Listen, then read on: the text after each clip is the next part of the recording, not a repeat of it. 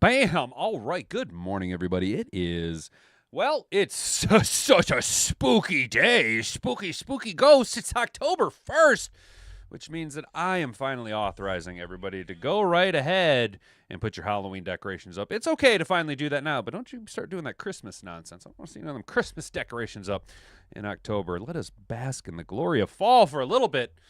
Oh, you pumpkin spice lattes. Well, now's the time to have it. It's totally okay now. But guys, first and foremost, speaking of pumpkin spice lattes, look at the Browns helmet there. First and foremost, top of the news cycle. Well, Browns expected to start Dillon Gabriel at QB, bench Joe Flacco after a 1-3 start. Will making the move at quarterback turn the Browns 2025 season around? That has yet to be seen. But on the heels of that, more news. We're going to go from one extreme to the other. We're going to go from CBS Sports reporting on Dillon Gabriel being named the starter, benching of Joe Flacco, to what does Shedeur Sanders' mom have to say about it? That's right, Shedeur Sanders' mom fires back at ex-NFL coach after critical comment. Sanders has been QB3 on the Browns' depth chart, so I totally misled you right there. It has nothing really to do about Dillon Gabriel being named the starter, but looks like old Sexy Rexy wiggled his toes and had some things to say about Shedeur Sanders, and Shedeur Sanders' mom did not take that very kindly. She ain't too kindly to them canned words around. Yeah. So we'll see what exactly Shedeur Sanders' mom has to say about him not being the starting quarterback for the Cleveland Brown Eyes. Since it is a little bit more of a condensed episode today, guys, there is a lot of scheduling situations going on right here at the Hat and Beard Show. A lot of things going on. So we'll be a little bit more of a condensed show, only bringing you 2 national news segments, but there's not really a lot to cover because it's the middle of the week, and we want to talk about our Detroit Lions, guys. So Lions offensive line has nothing to prove against Bengals or Trey Hendrickson. This from Sideline Report. Candace Pedraza. 20 minutes ago, there's our boy Penei Sewell. Our offensive line is an absolute beast. And we're going to go ahead and get into the glazery of our own selves and what the Lions offensive line is going to do. The poor Cincinnati Bumbles. Then we will swing by prideofdetroit.com. Jeremy Reisman has a nice article. We like Jeremy Reisman around here. I like what he generally writes. Why David Montgomery's homecoming game versus the Bengals is extra special. David Montgomery's first NFL game in his hometown of Cincinnati will have an extra special meaning for the Lions running back. So we'll poke at that little feel-good story, and then on top of everything else, the Lions recently released Bears DB as injuries to secondary mount. Y'all, we have that thrown up. There is our guy, Tre Flowers, veteran Tre Flowers. Now, I am actually very, very high, probably more high than most people. I do play a little bit more Madden than most people do, so I do have a skewed perception of what players could potentially be. Oh, Tre Flowers, there is a nice 3 key marks that this all hits that we should be very pleased about. And first and foremost, one pillar is we can't question Brad Holmes until proven that his pattern and decisions are not correct and not the best to be made. We have to continue to have faith in Brad Holmes. So Lions went out and grabbed Tre Flowers. What could that possibly mean for the secondary moving forward? Obviously, we do know that Terry and Arnold got a little dinged up. DJ Reed down for the foreseeable future with a hamstring. There are some nice depth pieces on roster already, but we're going to need a little bit more flash in the pan if we're going to end up making a long push towards a prestigious Super Bowl appearance against the Buffalo Bills when we shut them out 59-0. And we'll finish the day making ourselves feel really good watching Tom Grassi again if the NFL was scripted week 4. There is a poll up for you guys in the chat. It relates to our thumbnail boy. Do you like the Flowers signing? Yes, solid move by Brad with 42% of the 12 votes. Indifferent, 42% of the 12 votes. So we're a little split on that, not necessarily. So you're not overwhelmed, you're not underwhelmed. You are simply whelmed by the signing there. And then 17% of you say, no, I wanted someone else. Feel free to comment down below who you wanted the Detroit Lions to go ahead and grab. How you doing, chat? Mad Hatter Nation hanging out this morning. Everybody's here. How you guys doing this morning? Craig, if your son's being called a Nepo baby, is his mom yelling at announcers the best move? My dude. You totally see what's going on, bro. That's yeah. I think what we're seeing now with all of everything from draft to the fuck, dude. The minute that the pre-draft process started at the official end of the 2024 college football season, Shedeur Sanders has done nothing but prove that he's the giant fucking douchebag everybody thought he was going to be. It's not even Halloween yet, says Carrie. I know, dude, but I'd rather have Halloween up than Christmas decorations at this point. I think the D-line goes crazy this week. The Bengals O-line is god-awful. Yeah, dude, it is going to be, well, I don't want to say lambs to the slaughter, but let's just say Joe Burrow should probably be grateful that he's injured for this game, because Jake Browning, if he gets the start, he's going to get absolutely demolished by Aiden Hutchinson. I think Hutch is going to have himself. I think this game could be one of Hutch's little stat padding games where he really kind of maybe overinflates his numbers a little bit as he makes his claim towards defensive MVP. Mr. Detroit City, how you doing, brother? Good to see you. If we're talking Madden, Jalen Milroe is Hall of Fame. Yeah, dude, Jalen Milroe is that hack. He's that Michael Vick hack. You know what I'm saying? Like where you can just hack the system and break it with that quarterback. No Christmas deco until after Thanksgiving. I completely agree with you there. Go Lions. I'm not even ready for Christmas decorations. Yeah, neither are we. Speaking of decorations, you guys, let me know, chat. How do you guys think about us putting maybe a seasonal style? You can't really see it with the screen up right now, but on this little record cupboard here, I was thinking of putting like a suction cup with like a seasonal decoration to just kind of hang right there. I thought that'd be kind of nice. You know what I'm saying? A little thingamajig to make ourselves look like we're here, in the real time and the now. Attila says, you like this flower signing? I like my backs big. Hell yeah, dude. We all like the big backs. Shedeur Sanders is a joke. Turns down how many good teams like Philly, Baltimore, etc. on draft night. Now look at Lamar out this week. Exactly, dude. Complete lack of competence, him and his brother, dude. Yeah, they are just, the Sanders brothers are just a nightmare situation, not something you really want to open your franchise up to. And we see the Browns. I think deep down, I really do think the Browns got the call, and we're told to make that selection now. We could dig even deeper and say, who gave him the call? Who called the Cleveland Browns and told them to draft Shedeur Sanders? Well, it's clearly evident it was Bibi Netanyahu. Duh. All right, guys, if you haven't already, you can kind of walk on over to that subscribe button. Subscribe to the channel if you're new here. Ring that notification bell so you can be notified every time we go live Monday through Friday, 10 a.m. to 11 a.m. here at youtube.com/The Hat and Beard Show. We are the largest, fastest growing Detroit Lions NFL content creation station, broadcasting exclusively the 10 a.m. to 11 a.m. block from Grandma's Studio One. We also go live every Sunday and Lions pregame show to make bets, hang out with you guys, see what you guys are feeling about your where the barometer is on the game, what your take is, and how many dollary dues we're going to try and stick into my wallet there at the end of the game. On top of that, go ahead and like this video and share this video around with all your friends. Guys, we hit a new record. I want to give each and every one of you deep down, look at me, hey, right here, yo, hey, I mean this, all right? You guys shared my content 420 times last week. Now, not only is that an absolutely hilarious number, okay, that is a hilarious number, but that is a new record. So I got to give you guys wicked props. Last week I've been talking about, we were in a little bit of a little room. YouTube seemed to be shackling us down, probably because I was swearing too much, but whatever. You guys still managed to share this content around like a bunch of crazed animals, and I love you guys for it. I really appreciate that. Mad Hatter Nation doing all kinds of heavy lifting. That's absolutely what's up, guys. Thank you so much. That's just thank you. I really appreciate it. So, all right, guys, now that those are done, you've done all the things, and I've done all the things. Let's go ahead and get into the show. If you can say the word good, guess what? It means you're still alive. It means you're still breathing. And if you're still breathing, well, then hell, you still got some fight left in you. So get up, dust off, reload, recalibrate, re-engage, and go out on the attack.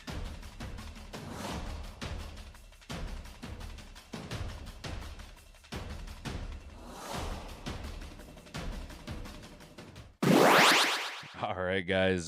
So I do agree with Kerry real quick. Talking Lions, he thinks this is an off week, meaning he thinks Tesla and Laporta and Lovett have a big week. I expect to see Tesla and Lovett on the field an extended amount in the second half. I am all behind. I mean, you guys know me. I want to finish the game, as we say, behind the 8 ball with Kyle Allen kneeling the clock out and Giovanni Manu running that left side of the offensive line. I'm really hoping for a big beatdown of the Cincinnati Bengals. And, you know, Mr. Detroit City, I think Christmas would be very special. I think we will do. I got some Department 56, some decorations that we'll put up, dude. So just hang tight with the Christmas stuff, you guys. When are you going to see me rocking a Freedom shirt Benny Johnson has been handing out? Soon. Just kind of waiting. I had to make some other dollar reduce, so my frivolous spending money just kind of had to be kiboshed for the next little bit. But I do like the white Freedom shirts with the 31 and the Charlie Kirk on it. We will be getting stuff. Don't worry, dude. Don't worry, brother. We will be getting there. We did order some stuff from TPUSA, but their catalog is mad wicked sold out. Hit Riley Green and Tigers win yesterday. Easy money. Nicely done, dude. That's what we like to see. Kind of like making a couple of dollar reduce on the old Vegas books. So Browns expected to start Dillon Gabriel at quarterback, bench Joe Flacco after a 1-3 start. And why not? The time is now. You got these rookies. Oh, there's a bird that landed right on my window. That is weird. Yes. Hello, bird. This is probably the closest I've ever been to a live bird. This is very weird. You're weirding me out, bird. Thank you. He left. Will making a move at quarterback turn the Browns' 2025 season around. The Cleveland Browns are expected to bench veteran quarterback Joe Flacco and start rookie quarterback Dillon Gabriel moving forward, beginning with Sunday overseas game versus Minnesota. Sources tell CBS Matt Zenitz. The change comes shortly after Coach Kevin Stefanski sidestepped questions about potentially changing quarterbacks following Week 4's 34-10 loss to our Detroit Lions that dropped Cleveland to 1-3 on the 2025 season. Let's just point out that win, that singular win in that win column, just gonna give you one of those, Cleveland. Really appreciate that. That's an awesome play right there, guys. Gabriel's first start will be in Week 5 when the Brown Eyes face the Queens in London. He will be the first quarterback to make his NFL start outside the United States. According to CBS Sports Research, the Browns are yet to score more than 17 points in a game this season. Out of 33 qualifying quarterbacks, Flacco ranks last in the NFL in passer rating, completion rate, and yards per attempt, and is 31st in expected points added per play at negative 0.31. His 6 interceptions are the second most picks by a quarterback in the league. Only the Titans have scored fewer points than the Browns this season. That's pretty abysmal. In Gabriel, the Browns are turning to a rookie, but one who has played plenty of football. Gabriel, 24, played 6 years in college at UCF, Oklahoma, and Oregon. Quack, quack. He finished third in the 2024 Heisman voting and led the Ducks to a college football playoff's #1 overall seed. Gabriel's 189 touchdowns accounted for, passing, rushing, and receiving, are the most in FBS history, and his 63 career starts are the most by a quarterback in FBS history. Cleveland selected Gabriel in the 3rd round. Yes, we know that. As the preseason wore on, Gabriel secured his spot as Flacco's primary backup.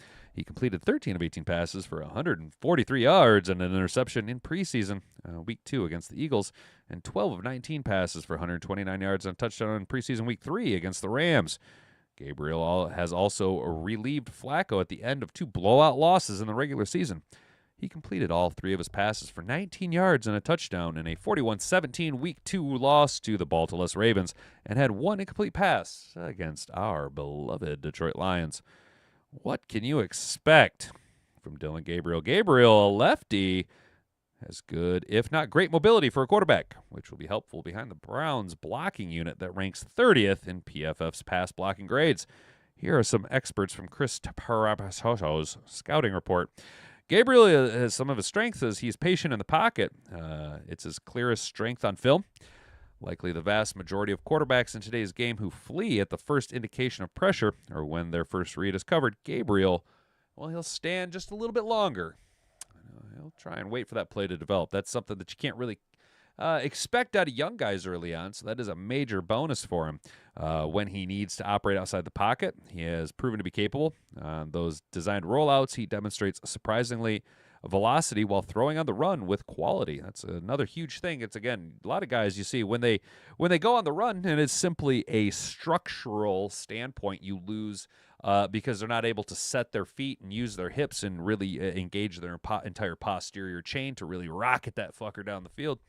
Kind of just have to shoulder it, So it's a good thing that he's able to still have some zip on the ball even while rolling out of the pocket. His accuracy is a plus, although they can't label him as surgical with his ball placement. That's no surprise there. It's something that kind of comes with age in the NFL. As guys mature, the number one thing that they see tick up is their accuracy, their ball placement. I don't think there's any reason to deny the correlation between Jared Goff being a much more accurate passer, throwing a much tighter spiral, and his incredible turnaround since coming to Detroit. Some weaknesses: Gabriel's arm is not atrocious by NFL standards. It'll be average on a good day and slightly below average on a bad one. There aren't many times on film when he displayed the ability to really drive the ball through a closing window or stretch a defense vertically more than 25 yards. So looking for him to dink and dunk his way around the field. When everything's operating well within structure, almost all of his passes will be on time and to the correct receiver based on where coverage dictates should throw the ball. When that's not the case, things can get ugly. Expect the Browns to at least try to lean more on the run game, especially if the game script allows them to. That could be the case against the Queens' struggling offense. Plus, Minnesota ranked 22nd in yards per rush with 4.5 over the past 2 weeks. Quinshon Judkins averaged more than 19.5 carries and 88 rushing yards per game. What does this mean, though, for the other rookie, the first-round tag, the all-world son of the Hall of Famer, Shedeur Sanders? What does this mean for Shedeur Sanders? At the least, this shows Stefanski's willingness to make a change at the game's most important position. The Browns are not going to contend for a playoff spot this year, and it makes sense for the team to see what it has behind Flacco, who is 40 years old and on a one-year deal. Stefanski made his move early. Pretends well for Shedeur or for Sanders getting his shot at some point this season. Man, I suck. I really suck at reading. Holy cow. When exactly that remains to be determined. The Browns will give Gabriel a decent long runway. They drafted him with a pick in the top 100 after all, and made him Flacco's primary backup, trading away Kenny Pickett. Remember, coaches will say that when they want to win. For all intent and purposes, though, the season is now on player development and assessment, especially at the game's most important position. The staff needs time to assess Gabriel, and Gabriel deserves time to acclimate to the NFL level. Depending on how Gabriel performs, the team could want to see what Sanders can provide too. Widely perceived as a potential first or second round pick, Sanders fell to the 5th round due to wide-ranging factors. He showed some exciting ups in the preseason, some wow throws and other impressive moments, but also had some struggles that were on display at Colorado too. Still, at the point, there'd be a little reason to go back to Flacco if Gabriel's play is unintendable or he gets hurt. The Browns know that the level of play Flacco provides, they likely know that before the season started. Now they've deemed Gabriel ready to start. Sanders could be next in line as the franchise's seemingly endless search for a long-term answer at quarterback just continues. The Browns just never seem to quite get it right. What does this mean for the Browns? Cleveland holds its own first-round pick at 26, but Jacksonville as well to the trade netted the Jags Travis Hunter for the number 2 overall pick. The Browns will almost certainly have to look at quarterback, whether it's available with their pick or via a trading up. Well, good for Cleveland. I'm not going to continue to read this article because all it's going to do is just talk about what Cleveland needs to do. Raise your hand if you're a Cleveland Browns fan. All right, moving on. Let's go ahead and take a look. How are we doing down here, chat? You guys popping off here. Y'all seeing the report about Montgomery's sister being at Bengals game? Expect Monty to have a huge game for her. She's battling cancer. Damn, dude. Damn, that's wild. Hat ASL in memory of AOL dial-up doing silent. Is today the end of dial-up? And yes, I do remember ASL. So I'd be 37. I don't remember what L is. Oh, so I'd be 37, a male, and mid-Michigan. I remember that shit.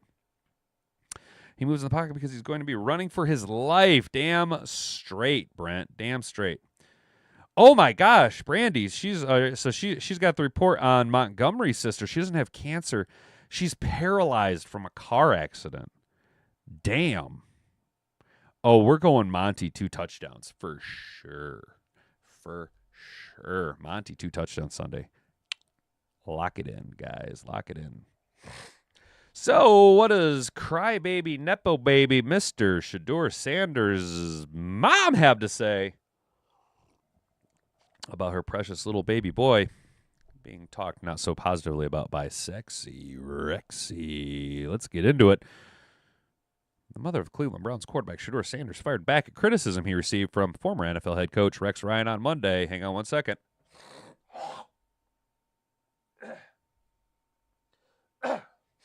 Sorry about that, guys.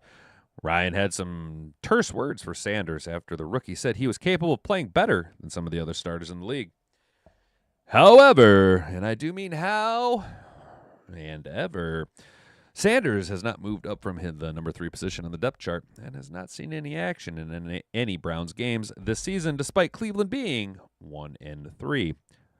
Not even in garbage time, clearly showing that the staff is more in on Dillon Gabriel.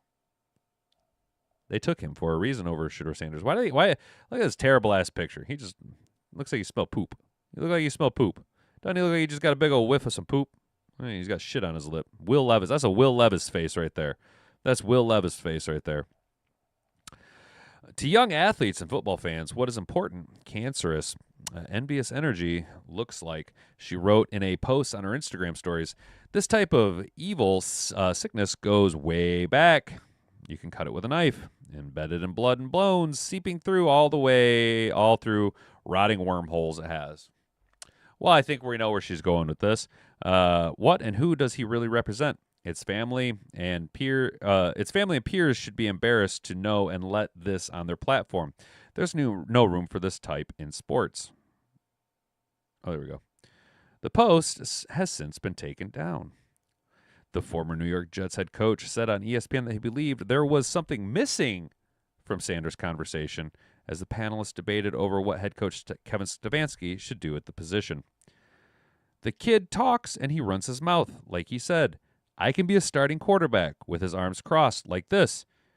Get your ass in the front row and study and do all of that.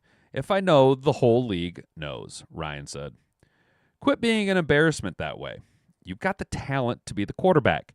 You should be. You should be embarrassed that you're not the quarterback now. Sanders said last week he believed he could perform better than some current starters in the NFL. I know if you see a quarterback playing the league right now, I know I'm capable of doing better than that, Sanders told ESPN. Sanders says he is ready to play and waiting to hear his name get called to go in. Fox News' Scott Thompson contributed to this report. So, what do you guys think about this? Who was it that said breaking the Nepo baby? Yeah, Craig. Yeah, Craig earlier said, if your son's being called a Nepo baby, is his mom yelling at announcers the best move? Blatant just demonstration of lack of self-awareness. You know what I'm saying? Like, the Sanders family has just, like, lived in this, like, bubble of their own farts for so damn long that reality is an infinitely tougher pill to swallow when they've just been huffing their own farts and getting high on their own supply. And the reality is that Shedeur Sanders is not ready up here to play yet. Clearly, he wasn't ready to be drafted in the first round. No team, 32 teams passed on you. Day 1, day 2, you didn't get taken until the 5th round. The 5th round, dude. They took another guy over you, and they're giving him a chance at week 5. Not you. Something. What you need to do is you need to have some self-awareness and address, see what's going on, see what it is. Look in the mirror, Shedeur Sanders. Look in the damn mirror. Maybe ask Joe Flacco, the 40-year-old veteran, what can I do? Not what can I do on the field. What can I do to be a better teammate to everybody, to the 53 guys on the active roster, plus the practice squad? What can I do? You have to start contributing in the small factors. You have to shove your ego up your own ass, for starters, okay? And then you have to humble yourself. You have to start doing the small things. You have to stop expecting everybody in the locker room to praise you, to tote you, to move you around, to do the small things. You need to do the small things for other people, dude. Shedeur, okay? Humble yourself, young man. You would have thought that going from a first-round pick to a fifth-round pick would have been humbling enough. You'd have thought that not being able to crack out of QB3 would have been humbling enough, but it's not. He just continues to say, me, I'm better than everybody else. You have to humble yourself, young man. That's what needs to happen. Morning, Sam. How you doing, my guy, bro? Good to see you. Welcome to the chat. Hopefully you're having a good start to your Wednesday morning. And perfect timing, dude. Getting out of the national news circuit, heading over to Sideline Report. Lions offensive line has nothing to prove against Bengals, Trey Hendrickson. There's our guy, future Hall of Famer, my favorite Detroit Lion, Penei Sewell. One of the bigger weak spots pinpointed on this iteration of the Detroit Lions headed into 2025 season was their revamped offensive line. A rookie and second-year player at their starting guard room looked like a lot of read just to, but throw a guard turned center into the mix, and you've got a recipe for disaster. Turns out is a recipe for continued success and dominance from an O-line that continues to protect Jared Goff. Tackles, Penei Sewell, Taylor Decker looked like all-pro O-linemen this season so far, while Tater Ratledge and Christian Dirtbag Mahogany and Graham Glass Cow have all begun to shine alongside them. And the numbers, they're backing our strengths up. According to the social media team, the Lions team is the first in franchise history since sacks started getting statistically recorded to ever stop a sack from being recorded in 3 straight games. God dang. Save some stats for the rest of them, boys. Jesus. This is amazing news for a line with plenty to prove, and horrible news for a Cincinnati Bengals team hoping to get a shot at winning behind their pass rushing star, Trey Hendrickson. Bengals in for a nightmare scenario against Lions' offensive line. Hendrickson, who was a bit of a controversial piece of the Bengals' wild offseason and one of 2 major contract holdouts associated with them, has since pieced together 2 sacks and 8 total tackles across 4 games played this year. There's not much he can do to help the Bengals with their issues this year, though. They've already lost Joe Burrow for what appears to be the remainder of the season, while their offensive line continues to struggle to protect their new QB1, Jake Browning. Hendrickson would need to generate multiple takeaways and scores against the team in order to make up for the holes on the offense of the Bengals, which clearly isn't something Detroit is allowing at the moment. Yeah, so real quick, if you're expecting Trey Hendrickson to be that guy, you're going to have a Max Crosby level of effort like he had last week, dude. It feels clear that Cincinnati is about to struggle mightily against Detroit, mostly thanks to just how well the O-line has been playing. Hendrickson has a career stat line against the Lions of 3 total tackles, 2 tackles for loss, 6 QB hits, and 2 passes defended between his time in the New Orleans and with the Bengals. It's a low-stakes contest between 2 teams in a completely different conference, but it's another opportunity for the Lions O-line to improve even more upon excellence against a struggling squad. It's hate to say it, but you don't like to see people beat up on the little guy, but them's the rules. Them's the way the cookie crumbles there, fella. So Cincinnati, yeah, we're, now we can't just like count all of our ducks before they're chickens. You know what I'm saying? But everybody's kind of expecting this to go a certain way, right? All I'm saying is it's setting up for even more of a trap game narrative. We have to maintain a level of professionalism, execution, communication. You know what I'm saying? Don't just let up because you are 99% sure you're going to mop the floor with them.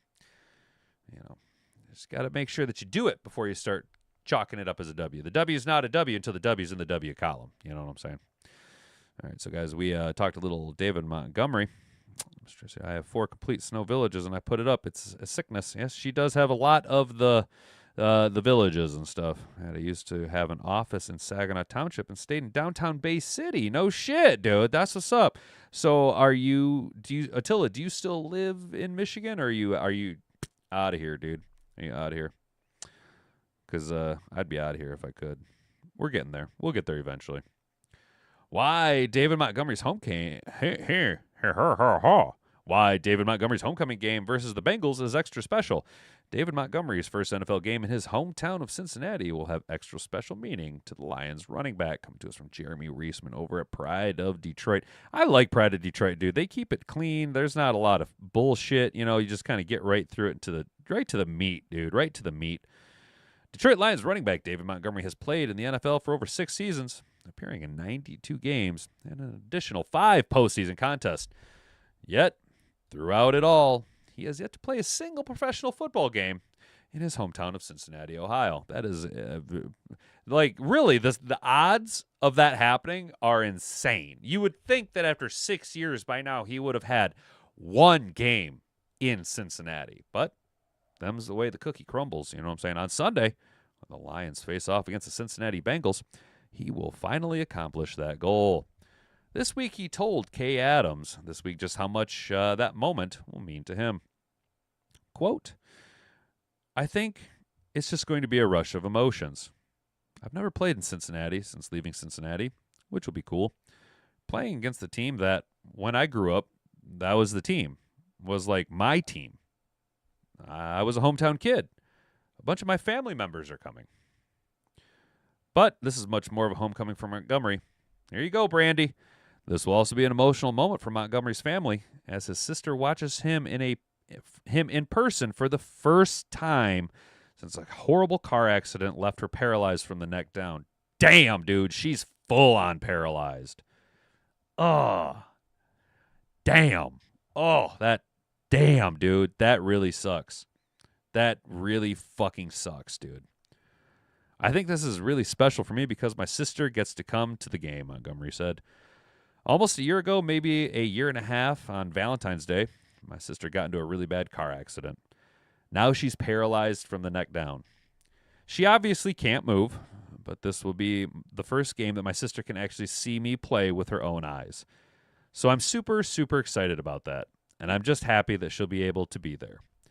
The Bengals are currently allowing the 7th most rushing yards per game and 11th most rushing yards per carry. So Montgomery has a good chance to put a big show for his family. You can see the clip from Up and Adam's show below. I'm not going to watch it on X, but it's there if you guys want to watch it. Man, dude, damn, dude. I really like David Montgomery. I really like David Montgomery. He seems like a really good dude. Like a really good dude. You know what I'm saying? And that sucks that his sister's from the neck. That'd be quadriplegic, right? Would that be the correct term? Quadriplegic. Metro Detroit, always staying. Hell yeah, Attila. That's what's up, dude. That's what's up. I don't blame you, dude. Do you have life-size Kyler Murray figurine in Jack, that's funny, dude. That's funny.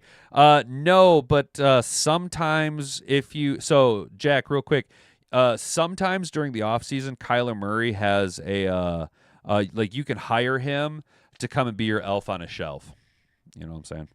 But that sucks for David Montgomery's sister, dude. So, obviously there's the whole I'm going to bet on it to try and make money angle.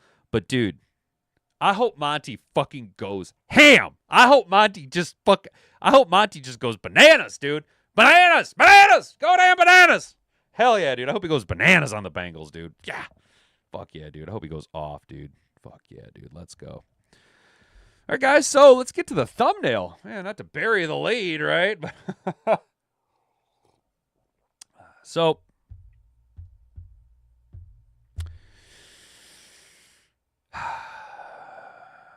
the injury bug, huh? Here we are again. Here we are again. On the road again. We've got to find more players for the road again. We've got DBs heading to IR again. But all we need is some better players to hold down the fort again. Because hopefully DJ Reed will be back again. All right, guys. So, obviously, there is some situations with injuries popping up.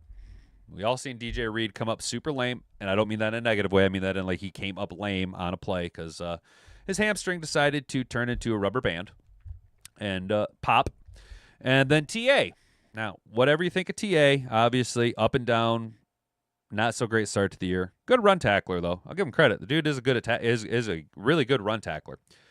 But both those guys are hurt right now. TA don't know his availability for the game.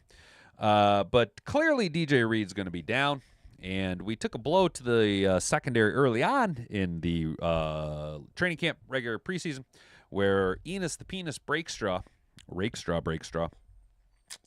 second-round pick last year, headed to IR for the second consecutive season. So he's done, which left us with a little bit light in the pants.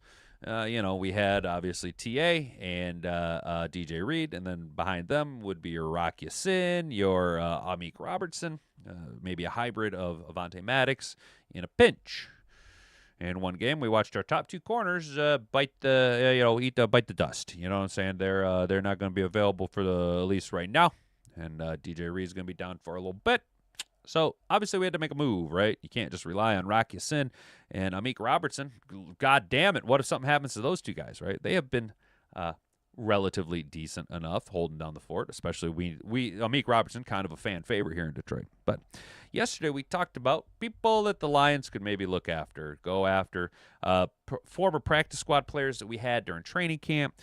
We looked at some veterans, some Stephon Gilmores. We looked at Asante Samuel Jr. I personally kind of got off of that when I didn't realize, because we did talk about it before, but I remembered that Asante Samuel had that spinal fusion surgery, which freaks me the hell out, right? So we just kind of looked at some names, but the one guy, some names that didn't pop up were guys that were already on practice squads. Now, I really, really like this Tre Flowers signing. So Lions recently released Bears DB as injuries to secondary to mount. Heading into the Week 5 matchup against the Cincinnati Bengals, the Detroit Lions are adding reinforcements at cornerback. The Lions signed veteran Tre Flowers to their practice squad after injuries felled both of the team's starting cornerbacks in Week 4. Detroit lost DJ Reed to a hamstring, and that isn't season ending, but it's projected to sideline him for multiple weeks. Second-year cornerback Terry Arnold also exited the Browns game with a shoulder injury that leaves his Week 5 status in doubt. Dan Campbell acknowledged this. They might need an immediate help at corner, and with safety Daniel Thomas also on injured reserve after forearm surgery, the front office has addressed both defensive depth and kicking game responsibilities. I don't think TA is a major thing. The Lions beat Cleveland, and now I don't know. There again, I don't know. We already read that yesterday. So we went out and grabbed Tre Flowers. Now look at what Tre Flowers has done before signing with the Lions. Tre Flowers hits a few markers that I very much like. Okay. One, he was still active on a practice squad. He wasn't just sitting at home. He's not Craig Reynolds. He's not Netflixing it, right? Number two, he is a veteran corner that had a high pedigree of play. At one point, yes, he has fallen off from the high water mark of his career in Seattle, but he does still have that availability to be that guy. Could he be that guy? That has yet to be seen. Luckily, we don't have to put that kind of pressure on him. And the third thing that I absolutely love about it is right there in the headlines, guys. Right there in the headlines. Brad Holmes doing that Brad Holmes thing. Recently released Bears DB, going and snatching away someone from our divisional opponent, let alone some divisional opponent that we have such deep ties to with Osama Bendover Ben Johnson, Benedict Arnold Ben Johnson, the trader in the Windy City. He has a small PP with Giggle Williams. So it's a little bit of a snatch and grab, a little bit of a 4D chess move, I think, by Brad Holmes. But I actually like it. Let's look at what he's done before signing with the Lions. Drafted by the Seabags in the 5th round of 2018, Flowers converted from college safety to corner. He spent his first 3 seasons in Seattle, which gives him then a little bit of that double-dip viability that Detroit loves to have with our guys. With his most productive stat line coming in 2019, he finished with 82 tackles, 2 for loss, a forced fumble, and 8 pass breakups and 3 interceptions.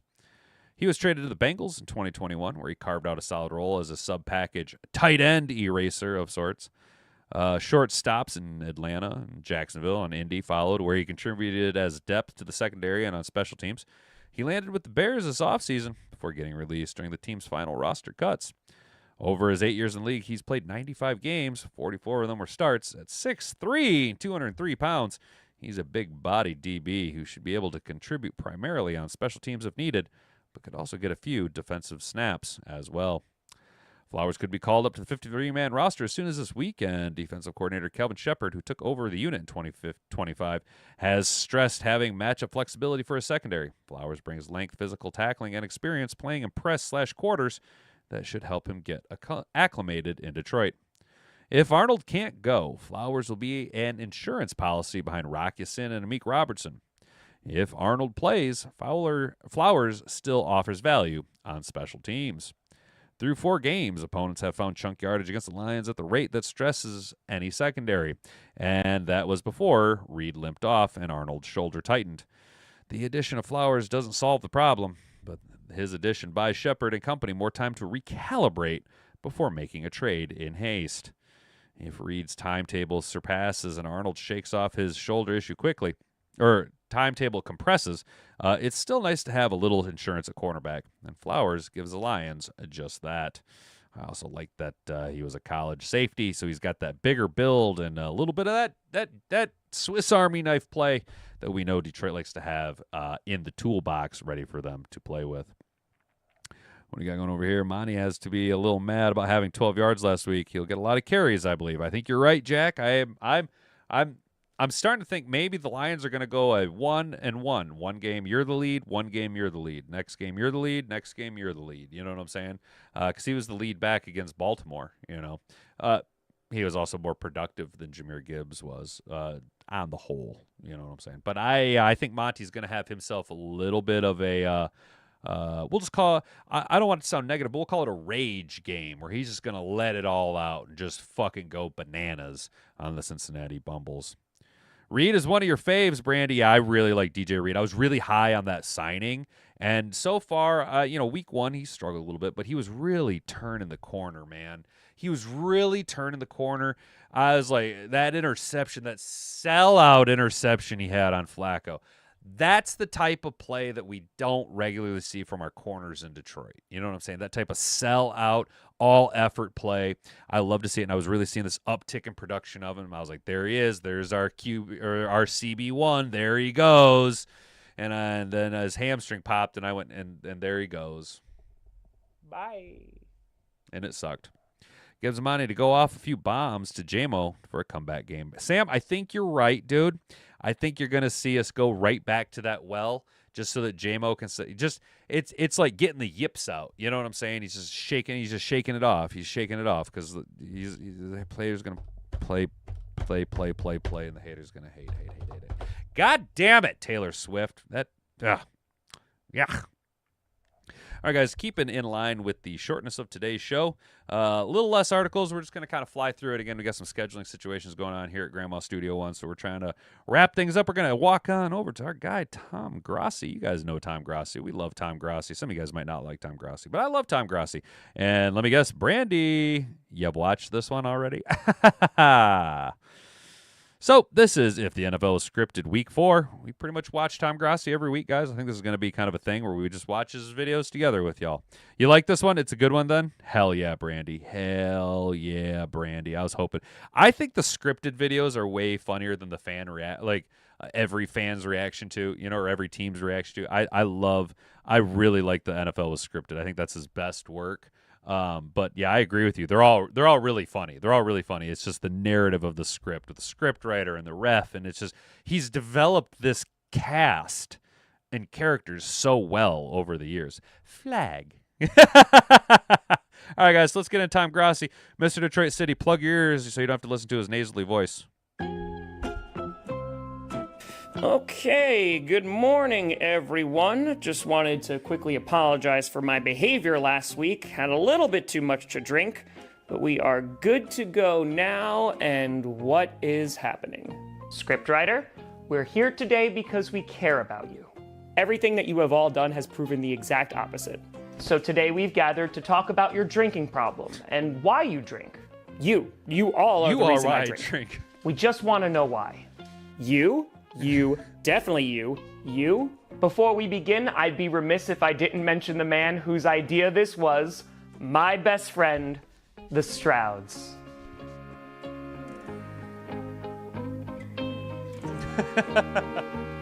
Of course. We just want to see you get better, scriptwriter, because we care so much about you. And honestly, Will you drop this if I give you your first win of the season? Throw in the Colts losing and you have a deal. Done. Aw, we lose? Is it because of snakes? Fumbles, actually, but you'll always have the first 3 games to look back on. Yeah, the 4th one's always the worst. I can't believe it.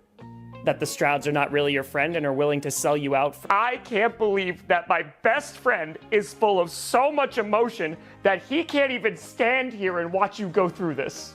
How did you come to that conclusion? Don't worry, best friend. I got this. You know what? I don't have time for this. And honestly, it's a bit insulting because there's some people out there that actually need help. Classic deflection. And by the way, who needs more help than you right now?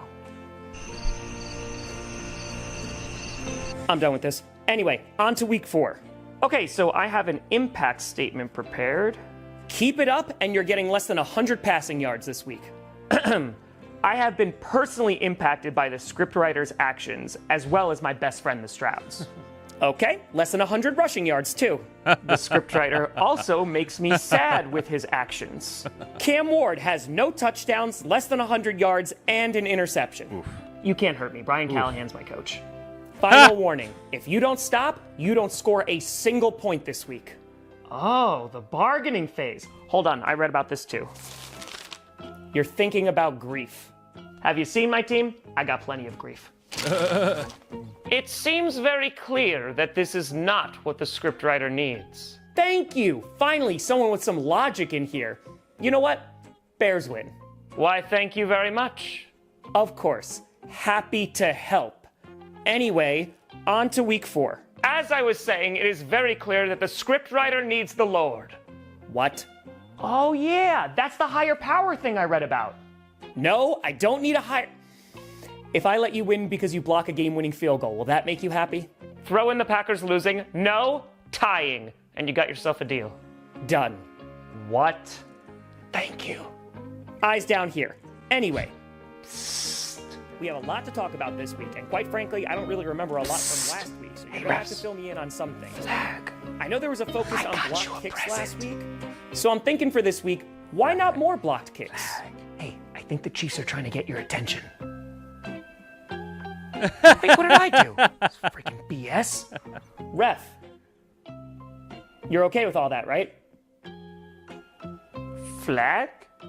Great. So 37 flags in the Monday night games. Flag? Flag. Okay. Anyway, Jaguars. You. I was gonna say you win. Oh, sorry. Thought you were saying something about Liam Cohen. Nope, didn't say anything bad. But did you just say to me... Oh, no. I was, talking to the Titans about their terrible intervention idea. Oh, okay. Yeah, you're totally not a walking disaster. Thank you. Psst, ref. I got you a flag.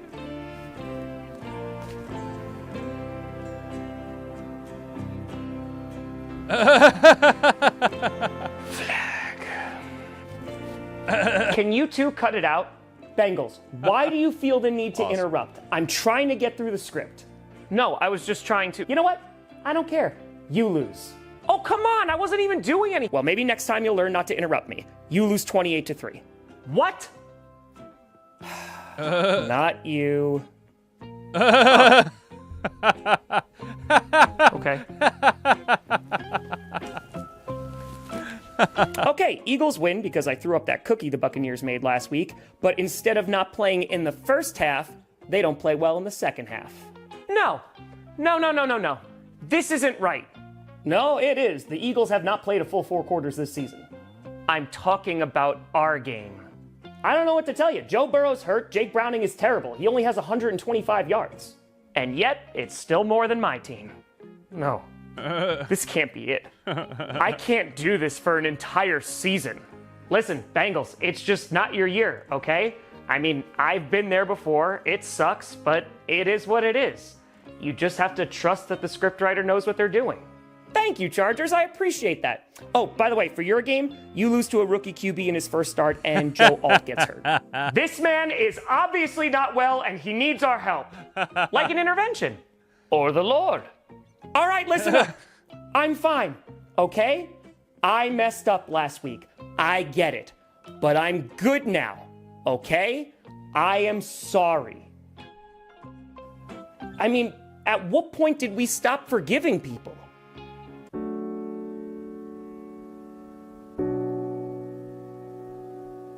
I am doing the best I can for everyone. Really? Mostly everyone. Do you know how difficult this is? Huh? I'm in a new house, and I had to come up with a new script for all of you every single week. And you just...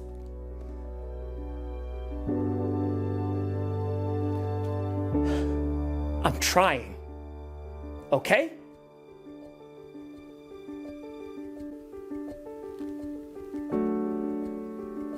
So yeah, there's gonna be some I'm all tough like weeks. emotionally and there's gonna be times. Yo, legit. I'm like, I'm all fucking tired. God damn, he got my ass, yo. He got me. I was. Oh my god, I'm a fucking idiot. God damn. Annie Agar. We'll check that out. Give it a minute. We'll finish this video. I'll check her out. I don't know if I have or not. Where I mess up. Damn, But I was I all am hooked trying on his to speech, do yo. something different here. Something that nobody has ever seen before.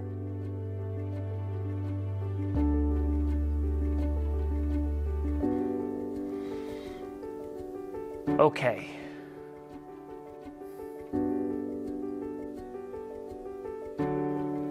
It's the music. Flag. The music's got me all Oh yeah, hooked. no problem, ref. What did he say? Not much, just that the Chiefs win. What? Awesome. Do his normal thanks at the end. Bullshit. Oh. I'm not sure there's anything you could say to me right now that'd make me feel better. Yeah, that might be true, but what if I told you you got your first win this week? Really? Mm-hmm. Huh. I guess I was wrong. It does get better. Happy to help. I can't believe it. We won our first game. Did you want to go for a swim? Nah, I shouldn't. I've been drinking. What? Oh, by the way, Tyreek Hill injured this week. Wait, what? What do you mean injured? Is it bad? Oh yeah, real bad. But hey, congrats on that first win. Keep your chin up, all right? He goes, oh yeah, real bad.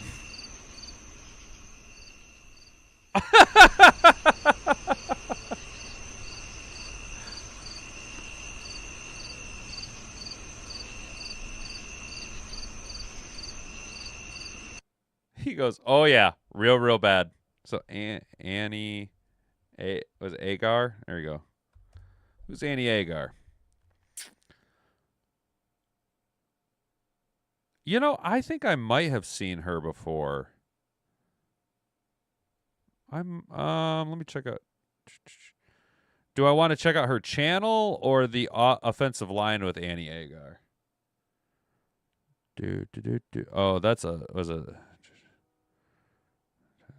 Oh, it's a fantasy thing. The offensive line is a fantasy thing. The latest video. Okay, let's start. Is everybody there? Can everybody hear me? Pause.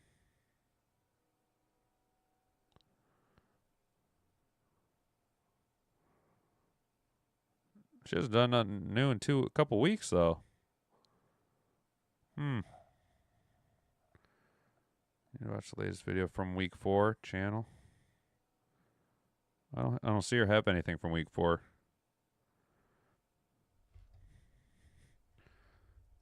Week 4? Oops, not week 34.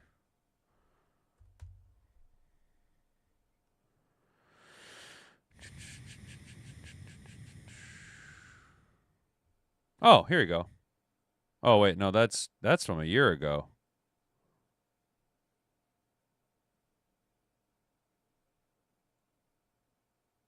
Yeah, this is from years ago. Damn, she's been doing content for a long-ass time.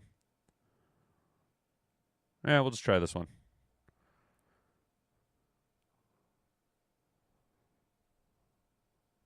This week, I'm sad to announce we lost several quarterbacks. Joe Burrow due to a toe, Justin I have Fields seen due this to a girl concussion, before. and J.J. McCarthy I due think to I've he seen her on sucks. Instagram. I would say he has no pocket presence, but there's no pocket to have a presence in. Look, he's a new dad, okay? And he had to leave his kid with someone else for the first time. Well, he is used to handing things off. Question, can we talk to Kirk Cousins? Absolutely not. He would die behind your O-line. Cincinnati, how did your O-line let down Joe Burrow again? You turned Joe on Burrow X. into Okay, Andrew that Luck. makes No, we sense. did not. Dearest mother, it is with deep sorrow that I write to you. And we thought Phillip Rivers was the only quarterback who didn't use protection. You never think about how much you need a toe. Oh, I do. I use him to count. Mike, your defense terrible. Tua sucks, and you're in danger of going 0-17. We will be fine. I haven't seen dolphins in this big of a All tank right. since SeaWorld. That Phillip Rivers joke was really goddamn funny. Holy shit. That was fucking good. Win games, you have to win the games, not lose the Subscribe. games. The Bills are going to put up 70 on you. Okay, we have a lot to get through. That There were was 9 funny. games in the early slate, and Red Zone still used less screens than Cliff Kingsbury.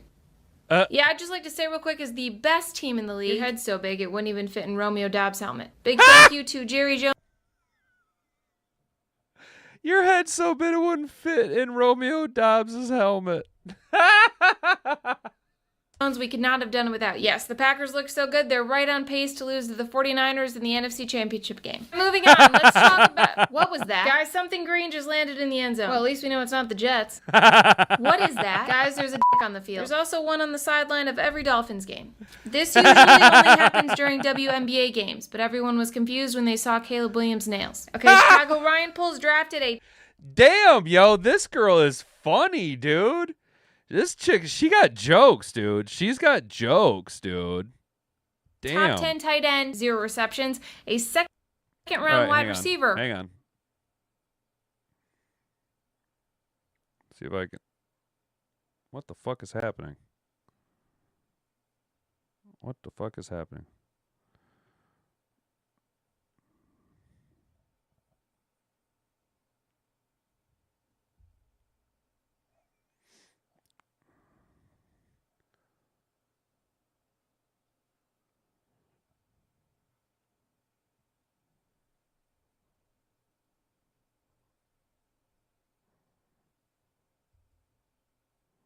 Know how the Titans feel.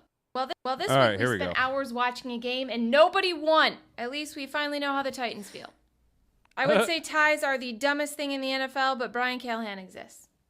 You know we didn't lose, right? Dallas Eberflus is awful. He gave up 3 touchdowns to Megamind. All right, we're going to try to change the overtime rules. Does anyone have any suggestions? I vote we get rid of the ties. That's a great... Why didn't I think... How are we going to do that? While we're at it, can we change the landing zone rule? Arizona, what is wrong with your offense? Our offense is not that bad, outside of passing, catching, blocking, and play calling. It's like Kyler and Marvin Harrison Jr. don't even have the same playbook. Yeah, we switched it out with a coloring book. He hasn't even noticed yet. Guys, is Bluey blue or pink? Okay. I still cannot believe USA lost the Ryder Cup. Speaking of embarrassing ourselves in front of the Irish, where's Carson Wentz?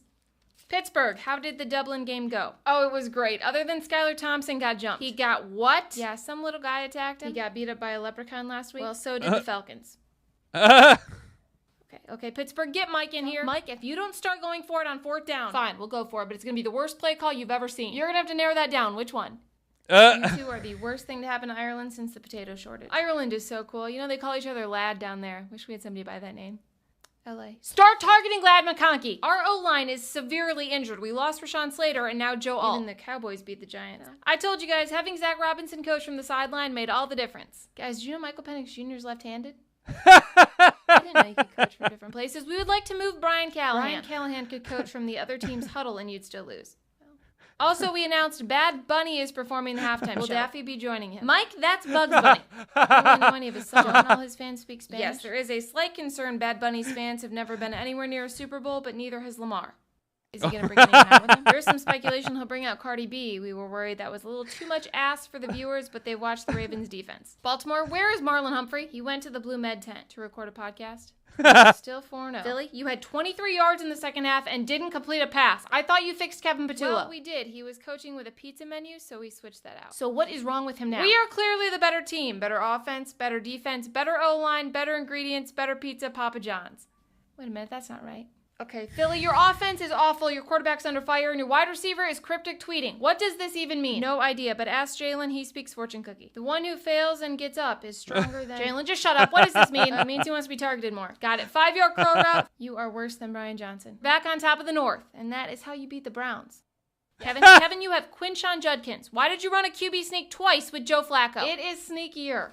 It is sneaky. That was not Brock Purdy's fault. He's had 8 interceptions in the past 5 starts. He can hit his receivers. He can't even hit puberty. Also, I'd like to give a shout out to the Rams Player of the Week, A.D. Mitchell. Holding on to the ball is harder than it looks. Even Dan Orlovsky can hang on to the ball till he gets to the back of the end zone. We did have some pretty bad injuries this week. First, Malik Neighbors, and then Tyreek is out with a torn ligament and 3 new kids. And lastly, the New York Jets are 0-4. I guess something does beat a Jet 2 holiday. Damn. All right, she was funny. She's got jokes. Way cool, even though she's a Packers fan. That sucks she's a Packers fan. Why do Packers fans make such good content? God damn it. Damn, that shit was funny. That girl got some jokes. I will give her that. I got to admit, that was a funny lady right there, guys. That was a funny lady. All right, guys, so today we talked about the Browns QB situation and how Shedeur Sanders' mom's all butthurt that her little baby boy is being a fucking little baby back bitch. Talk about the Lions' offensive line and how we're going to absolutely manhandle the Cincinnati Bengals and expect David Montgomery in a homecoming game to his first game in Cincinnati since leaving. Not the Bengals, but the state.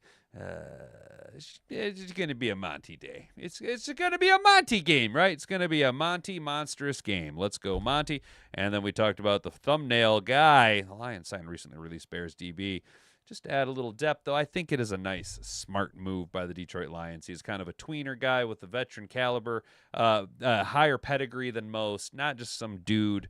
You know, I think the Tre Flowers signing is kind of sneaky, if I'm being honest. A little sneaky play by Brad Holmes. Well, that's going to be it for today, guys. We managed to go the full hour, even after a late start. So, as always, it's Wednesday. We're over the hump now, guys. Trying to have a good rest of your week. We will see you tomorrow right back here at youtube.com/The Hat and Beard Show at 10 a.m., 11 a.m., or from 10 a.m. to 11 a.m., rather. Coming to you live from Grandma's Studio 1. It's been The Hat and Beard Show. Thanks for tuning in. Thanks for telling a friend.